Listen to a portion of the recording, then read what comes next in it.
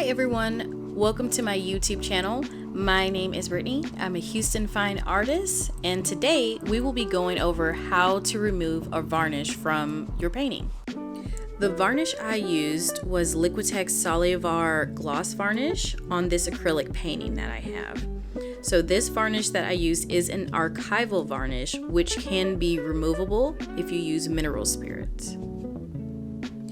I have used this varnish a couple of times, in particular the spray version, and I absolutely love it, but I do know for sure that it is going to be better in the long run if your artwork needed any sort of conservation. This is the varnish that I did use, so this is available of course at any art supply store in your local area. Now that we discussed some of the varnish options, I'm going to proceed by preparing my mineral spirits. The brand I will be using today will be Speedball's Mineral Spirits with the Mona Lisa picture on the front. You may use any mineral spirits that you prefer. I just prefer this one because it does have a low odor and it has worked for me within my processes.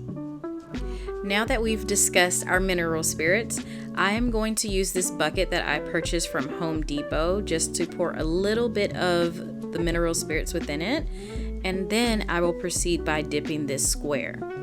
If you don't have a plastic bucket, you can use glass or something else that you have within your household just to prepare it.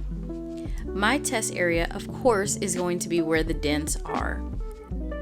After 5 minutes have passed, I took the linen piece off and proceeded to buff the remaining varnish off in a circular motion.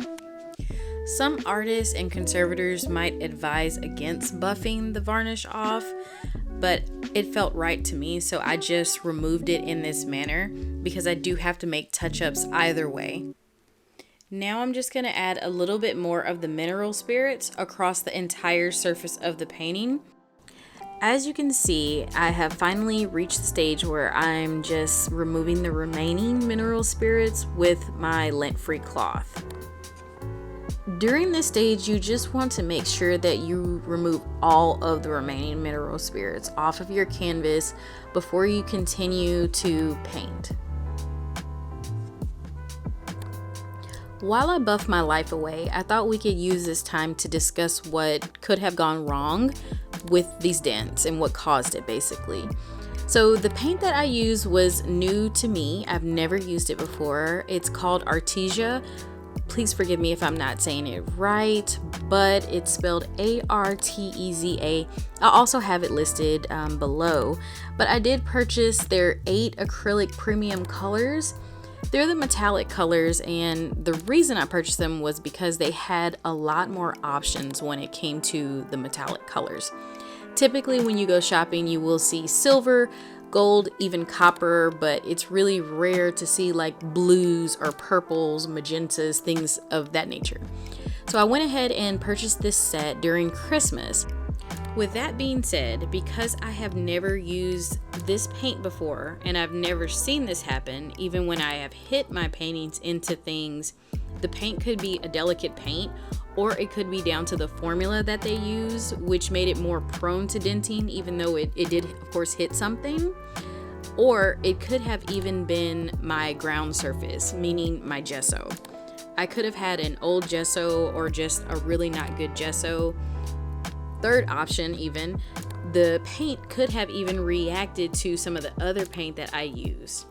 I did go ahead and message the company, and they said that that is a possibility that could have happened. Their paint could have rejected the other paint, which was Liquitex that I had used. Who really knows, to be honest? Maybe I will figure it out later. Maybe I won't. Please forgive me, I did forget to film this portion, but what I did was use Liquitex flexible molding paste to fill the divots. Let me go ahead and do a little bit of shading so you can actually go ahead and read that. But I absolutely love this product. I swear by it. I use it so many times with a lot of my paintings. The reason I wanted to use this was to not only fill the gaps, but level out the surface where I will be painting. I am listening to this audio over again while I'm doing this voiceover for you guys, and I must say my Texas accent is kicking strong and hardcore right now. Funny thing is, I can actually change my voice sometimes. So I can have my Texas accent, or sometimes I can sound like this when I answer the phone. This is my phone voice. But I'm so relaxed right now, so I'm not going to worry about that. Because we're all busy people and you guys have places to be, people to see, chillin' to feed, I'm going to go ahead and speed this video up a little and just talk throughout the speed it up process. Yes, I said speed it up and I meant sped up. But continuing on.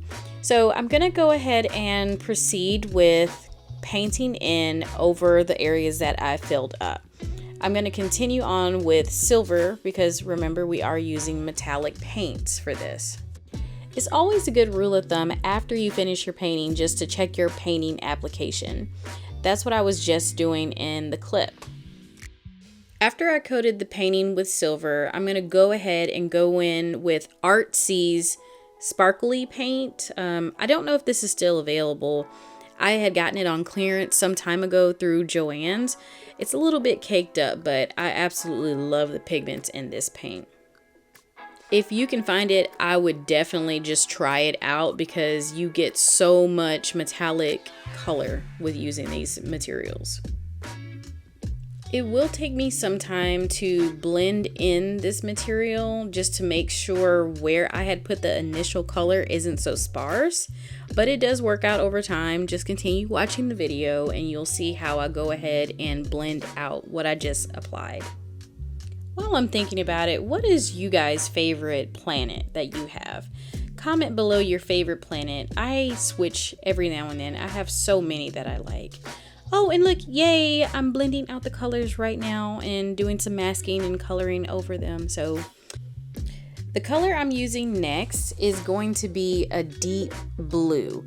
I have no idea how to say the actual word for the blue. I'm just going to go ahead and type it below because it is a very, very complicated blue to pronounce. And I'm just going to leave it at that. I don't need any more mishaps, especially with my Texas accent tonight. So I'm just going to leave it for you to figure out on your own. Also, I'm going to go ahead and fade in the background while I'm doing my painting thing over here and some more blending and touching and putting everything together. So you can just observe the video on how I go ahead and fill in these gaps and make sure it looks like nothing ever happened. Enjoy, I'll be back. Trust me.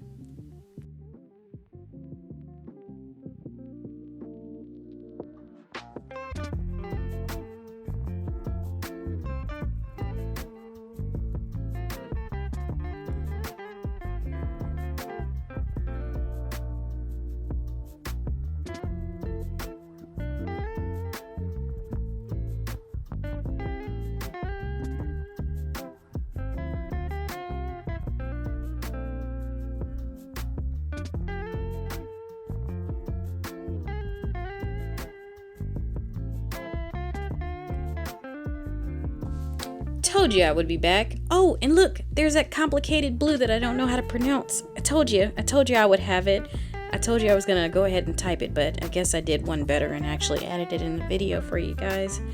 Okay, disappearing again so you can just watch some more sexy goodness of me painting. I'll be back again. Bye. Okay, so here comes the tough part. I'm gonna do a little bit of glazing. If you're not really sure what glazing is, it's when you're going to use a thin paint where you can see through to another layer of paint that's underneath it. So the color that I'm using, of course, is blue, but the brand is going to be Golden's transparent paint. Using the transparent paint, you'll be able to see a lot of those sparkles and shine that's underneath the layer that I'm adding now. With a little bit of time and a little bit more paint and blending, the colors will look perfect and you'll hardly ever tell that anything happened to the painting. It just takes a little bit more time and building up the layers and building until it has the perfect amount of paint on it where you can barely tell. On occasions, I do use my fingers to go ahead and blend before the paint dries. Because we're using acrylic, it does tend to dry really quickly.